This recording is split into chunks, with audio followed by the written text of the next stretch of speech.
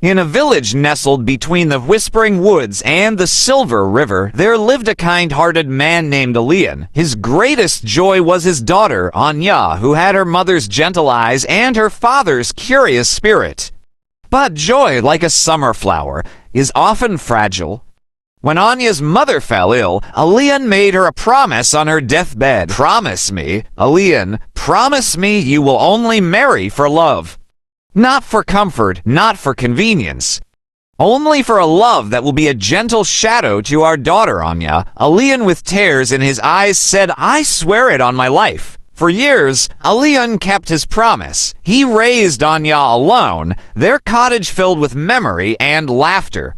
But loneliness is a cunning hunter, and it led him to Kayla. Kayla was new to the village, a widow rumored to have knowledge of the old ways. She was captivating, intelligent, and she set her sights on Elian. He mistook her calculated interest for genuine affection, and his lonely heart overruled his promise. After the wedding, the cottage grew cold. Kayla's charm vanished like morning mist. She saw Anya not as a daughter, but as a rival for Elian's affection and, more importantly, his modest wealth.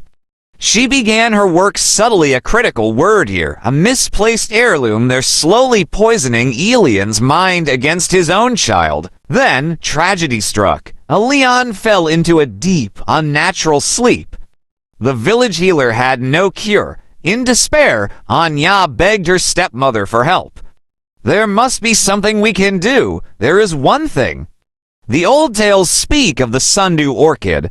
It blooms only in the heart of the Whispering Woods, where the shadows play tricks on the mind and the trees have long memories. Its nectar is the only cure," says her stepmother. "I'll go. I'll leave right now," says Anya. "It is a perilous journey, child. Many have sought it. None have returned. Are you sure your love for your father is that strong?"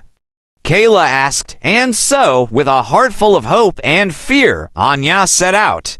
What she didn't know was that the sundew orchid was real, but Kayla had no intention of letting her return with it. The woods were to be Anya's tomb. The woods were every bit as treacherous as the tales warned. Paths twisted back on themselves, thorny vines snatched at her clothes, and disembodied whispers echoed, sowing seeds of doubt and fear. Then she encountered a tortoise, and the tortoise said to her, "Your heart is pure, child, but it is also loud with fear. The woods reflect what you bring into them. You seek a flower that drinks sunlight, yet you walk in shadow. How can I find it? My father is dying," says Anya. "The orchid is not found by seeking. It reveals itself to those who act without selfishness. Help those you meet, no matter how small they seem.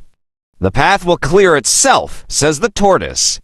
Guided by compassion, Anya soon found herself in a hidden grove where the air itself seemed to shimmer.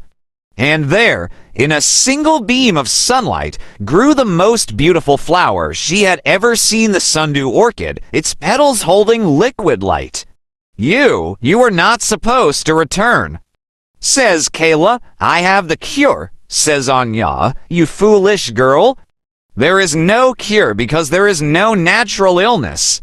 It was I who enchanted the evening tea, I who cast this sleeping curse upon him," says Kayla. The truth, sharp and cold, finally pierced the last of Anya's illusions.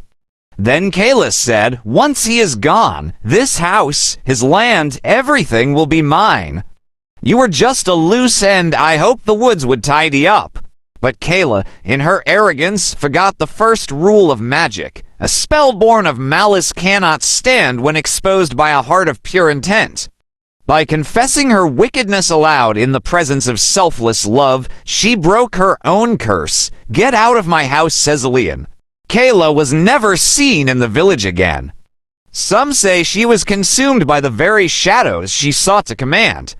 Elian and Anya, their bond strengthened by trial, lived the rest of their days in peace. The herb garden flourished once more, and Elian never again forgot the promise he had made.